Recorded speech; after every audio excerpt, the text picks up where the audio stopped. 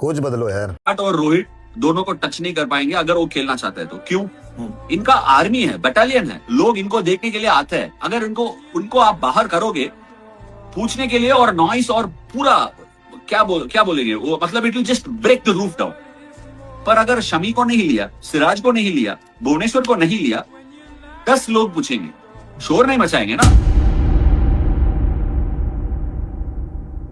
क्या भारतीय टीम में सब कुछ बदल चुका है? क्योंकि एक स्क्वाड, 4 मिसिंग नाम और कुछ ही लम्हों में पूरा भारतीय क्रिकेट 2 हिस्सों में बट गया। Mohammed Siraj left out, Mohammed Shami ignore, Kuldeep Yadav missing, Harshit Rana retain and Washington Sundar gets another chance. लेकिन अगर आपको लगता है कि ये कहानी सिर्फ एक सिलेक्शन की है तो शायद आप अभी आधी कहानी देख रहे हैं, क्योंकि ये विवाद आज शुरू नहीं हुआ और शायद ये किसी एक खिलाड़ी पर खत्म भी नहीं होगा। क्योंकि भारत में हर स्क्वाड के अनाउंसमेंट के बाद लाखों लोग खुश होते हैं और करोड़ों लोग सिर्फ एक सवाल पूछते हैं, आगे सिलेक्टर सोच क्या रहे हैं। लेकिन इस बार सवाल सिर्फ इतना नहीं था, बल्कि सवाल ये था, क्या इंडियन टीम अब वही टीम नहीं रही जिसे हम पिछले 10 साल से जानते थे? क्योंकि एक तरफ मोहम्मद शमी, मोहम्मद सिराज, कुलदीप यादव जिन्होंने भारत को बड़े बड़े मैच जिताए, दूसरी तरफ हर्षित राणा, वाशिंगटन सुंदर, प्रसिद्ध कृष्णा और कई नए चेहरे जो बार बार इंडियन टीम का हिस्सा बनते हुए दिखाई दे रहे थे। लेकिन क्या ये सिर्फ रोटेशन था या ये एक वर्कलोड मैनेजमेंट था या इसके पीछे एक नई सिलेक्शन फिजिकोलॉजी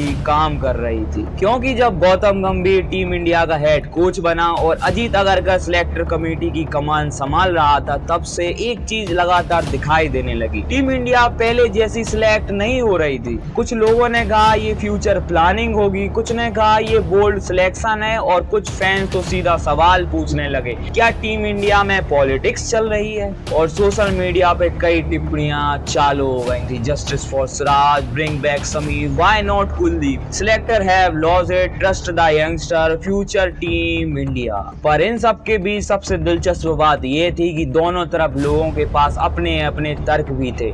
एक तरफ एक्सपीरियंस, दूसरी तरफ फ्यूचर, एक तरफ प्रूवन मैच विनर, दूसरी तरफ लॉन्ग टर्म इन्वेस्टमेंट। लेकिन जितनी डिबेट सोशल मीडिया पर थी, शायद उतनी तो सिलेक्टिंग मीटिंग में भी नहीं होगी, क्योंकि सिलेक्टर एक सीरीज नहीं देखते थे, वो अगले वर्ल्ड कप, अगले 2 साल और शायद अगले 5 साल को भी देख रहे थे। और शायद यही सबसे बड़ा फर्क पैदा हुआ। फैंस आज का मैच देख रहे थे, सिलेक्टर शायद कल की टीम बना रहे थे। लेकिन अगर ऐसा है तो फिर इतने सारे अनुभवी खिलाड़ियों के नाम बार बार डिबेट में क्यों आने लगे? मोहम्मद सिराज कभी इंडिया के सबसे भरोसेमंद फास्ट बॉलर में गिना जाता था। नई गेंद, पुरानी गेंद, विदेशी कॉन्फिडेंस, एग्रेशन, सब कुछ था, फिर भी कुछ स्क्वाड में उसका नाम नहीं था। मोहम्मद शमी जिसने वर्ल्ड कप में इतिहास रचा, उसका नाम आते ही फैंस पूछने लगे क्या अब उनका समय खत्म हो गया? लेकिन दूसरी तरफ कई एक्सपर्ट लगातार फिटनेस, रिकवरी और वर्कलोड की भी बात कर रहे थे। वहीं दूसरी तरफ कुलदीप यादव, जो कि भारत का सबसे अनुभवी स्पिनर में से एक था, जब उसका नाम चर्चा से बाहर देखा, वहस और तेज हो गई। लेकिन यही कहानी पलटती थी, क्योंकि जिन खिलाड़ियों के बाहर होने पर सवाल उठ रहे थे, उसी समय कुछ नए खिलाड़ियों पर लगातार भरोसा किया जा रहा था। और यहीं से हमारी इन्वेस्टिगेशन सिलेक्शन से निकलकर पैटर्न तक पहुंचती है। लेकिन अभी भी एक सवाल बाकी था, क्या ये सिर्फ एक सहयोग था या टीम इंडिया सचमुच एक नई सोच के साथ आगे बढ़ रही थी?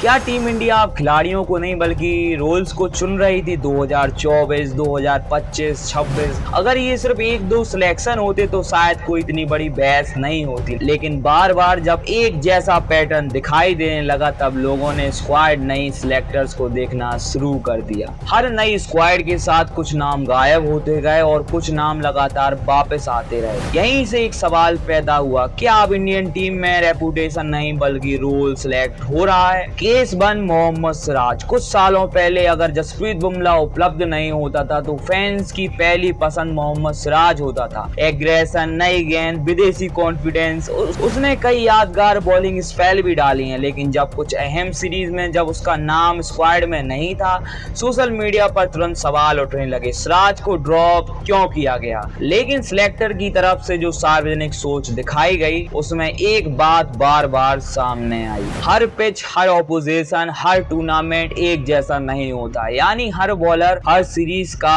ऑटोमेटिक चॉइस नहीं हो सकता। कुछ एक्सपर्ट्स ने ये कहा ये रोटेशन है, कुछ ने कहा कि वर्कलोड मैनेजमेंट होगा और फैंस का एक हिस्सा बोला या फिर कुछ और। केस 2 मोहम्मद शमी, एक ऐसा नाम जिसने आईसीसी टूर्नामेंट में भारत के लिए कई मैचों का रुख ही बदल दिया, लेकिन चोट के बाद वापसी किसी भी फास्ट बॉलर के लिए आसान नहीं होती। जब उसका नाम कुछ स्क्वाडों में नहीं आया तो बहस शुरू हो गई, क्या टीम आगे बढ़ चुकी है?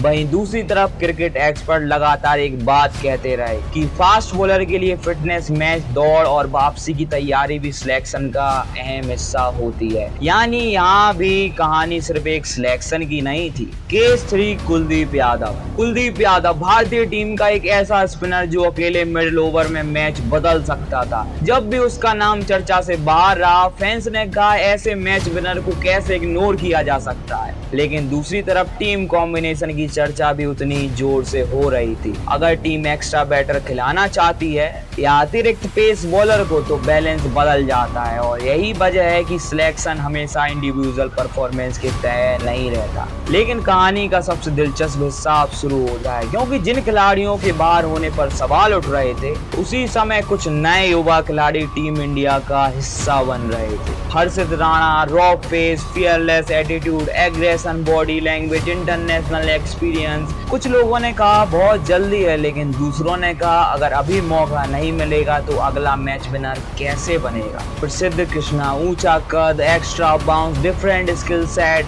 कई एक्सपर्ट ने माना कि कुछ कंडीशन में ऐसे बॉलर की जरूरत अलग होती है, लेकिन फैंस का सवाल वही रहा, क्या एक्सपीरियंस पीछे छूट रहा है? वाशिंगटन सुंदर, शायद सबसे दिलचस्प केस वाशिंगटन सुंदर का रहा, क्योंकि उसे कई बार अलग अलग रोल में इस्तेमाल किया गया। Spinner, lower order batter, fielding option, यानी एक ऐसा खिलाड़ी जो टीम इंडिया का बैलेंस बदल सकता था। कुछ एक्सपर्ट ने इसे मॉडर्न क्रिकेट की जरूरत बताया, जबकि फैंस का एक हिस्सा अभी भी पूछ रहा था इतने मौके वाशिंगटन सुंदर को मिले, क्या उतने मौके किसी नए खिलाड़ी को नहीं मिल सकते? और वहां से सवाल उठा justice for seniors, future first, trust Gambhir, back experience, selection politics, long term vision. और यही पूरी डिबेट सबसे बड़े मोड़ पर पहुंचती है। क्या ये सचमुच में सिलेक्शन पॉलिटिक्स है, या ये सिर्फ उस बदलाव का दर्द है जिसे हर बड़ी टीम कभी ना कभी गुजरती है? क्योंकि चैप्टर 3 में हम लोग देखेंगे गौतम गंभीर और अजीत अगरकर की सोच, फॉर्मर क्रिकेटर की राय, और सबसे बड़ा सवाल जिसने पूरे भारतीय क्रिकेट को 2 हिस्सों में बांट दिया, क्या इंडियन टीम भविष्य बना रही है या वर्तमान खो रही है?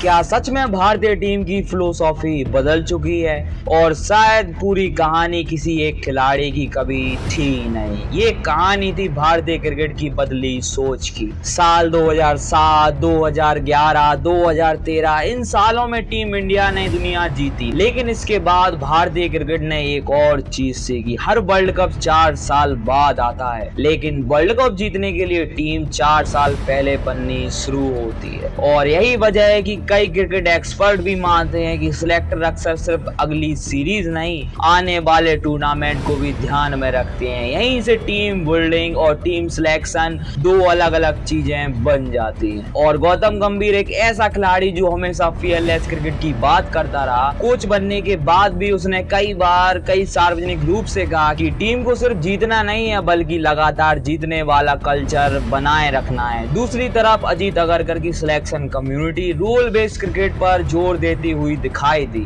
यानी हर खिलाड़ी हर सीरीज का ऑटोमेटिक चॉइस नहीं होता, कॉम्बिनेशन, कंडीशन, वर्कलोड और फ्यूचर सब साथ में देखे जाते हैं। लेकिन यहाँ से फैंस के 2 हिस्सों में बट गए। एक तरफ वो लोग जो कहते थे अगर सीनियर प्लेयर को बार बार बाहर रखोगे तो एक्सपीरियंस कहाँ जाएगा। दूसरी तरफ वो फैंस जो कहते थे अगर नए खिलाड़ियों को अभी मौका नहीं मिलेगा तो अगला वर्ल्ड कप कौन जिताएगा। Bring bring back Siraj, back Mohammed Shami, trust Harshit Rana, future first, selection politics, trust the process. Former cricketers की भी राय एक जैसी नहीं रही। कुछ ने कहा मॉडर्न क्रिकेट में वर्सेटिलिटी, फिटनेस और रोल क्लियरिटी पहले से कई ज्यादा महत्वपूर्ण हो चुकी है। यानी बहस आज भी जारी है। और फिर चर्चा पहुंची टीम इंडिया के सबसे बड़े नामों तक, यानी रोहित शर्मा और विराट कोहली तक। हर नई स्क्वाड, हर नया टूर्नामेंट और फिर एक और नया सवाल, क्या क्रिकेट में बदलाव शुरू हो चुका है? और ध्यान देने वाली बात यह है कि इस तरह की चर्चाओं में बहुत सी बातें सिर्फ पब्लिक स्पेकुलेशन होती हैं। जब तक कोई आधिकारिक घोषणा ना हो उन्हें सच नहीं माना जा सकता। लेकिन इतना जरूर साफ है, किसी भी बड़ी टीम को एक समय पर नई पीढ़ी तैयार करनी पड़ती है। अब एक मिनट के लिए तुम सारे बड़े नाम भूल जाओ, सिराज, शमी, कुलदीप, हर्षित, बासिंगा सुंदर, प्रसिद्ध कृष्णा,